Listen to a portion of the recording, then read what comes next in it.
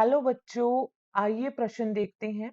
Column प्रथम में दिए गए विभिन्न प्रकार की कोशिकाओं को कॉलम द्वितीय में दिए गए उनके स्त्रावन से मिलाइए। दोनों कॉलमों में दिए गए शब्दों को सही मिलाते हुए उत्तर का चुनाव कीजिए। कॉलम प्रथम और कॉलम द्वितीय। कॉलम प्रथम में हमें दिया गया है कोशिकाओं का प्रकार और कॉलम द्वितीय में हमें दिए गए हैं उन कोशिकाओं से होने वाले स्त्रावन। पहला विकल्प है बीटा कोशिकाएं लाइसोजाइम, दूसरा विकल्प है मास्ट कोशिकाएं हिस्टामिन, तीसरा विकल्प है पेनिस कोशिकाएं इंसुलिन और चौथा विकल्प है एसिनल कोशिकाएं पैनक्रियाटिक एंजाइम। तो देखो, अगर हम इस प्रश्न की मुख्य अवधारणा के बारे में बात करें तो हम यहाँ पे चर्चा करते हैं कि विभिन्न प्रकार की कोशिकाओं से विभिन्न प्रकार का स्त्रावन होता है। जैसे कि हम बात करें, अग्नाशय में उपस्थित होती हैं लैंगरहंस द्वीप, और लैंगरहंस द्वीप की जो बीटा कोशिकाएं होती हैं, लैंगरहंस द्वीप की बीटा कोशिकाएं, इन बीटा कोशिकाओं से हार्मोन का स्त्रावन होता है। और ये बीटा कोशिकाएं जो हैं, ये कौन से हार्मोन का स्त्रावन करती हैं? ये इंसुलिन हार्मोन का स्त्रावन करती हैं। और इंसुलिन क्या करता है? रक्त में शर्करा के स्तर को कम करता है। अगर हम बात करें मास्ट कोशिकाएं, तो देखो मास्ट कोशिकाएं जो होती हैं, इससे स्त्रावित क्या होता है? इससे स्त्रावित होने वाले रसायन का नाम है हिस्टामिन। ठीक, हिस्टामिन, सेरोटोनिन जैसे रसायन मास्ट कोशिकाओं से स्त्रावित होते हैं।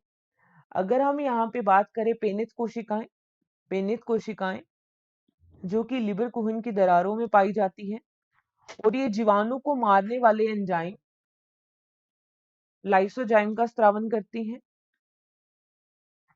लाइसोजाइम का स्त्रावन करती हैं।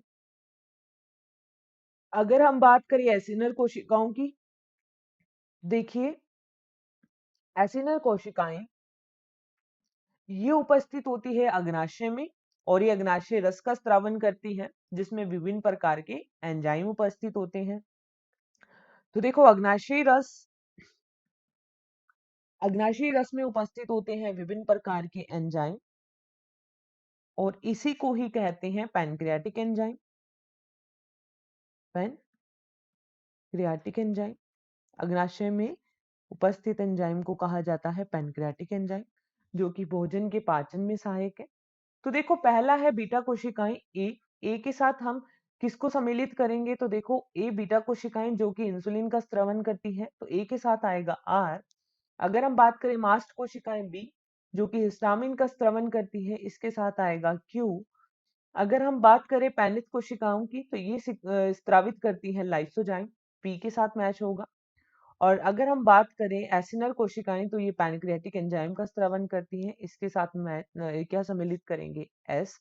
तो यहाँ पे देखिए, ए में आर जो है वो केवल पहले और तीसरे विकल्प में दिया गया है, तो दूसरा और चौथा विकल्प गलत हो गया।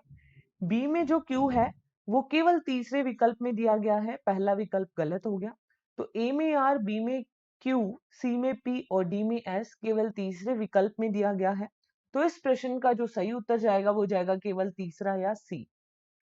आशा करते हैं आपको यह प्रश्न समझ में आया होगा। धन्यवाद।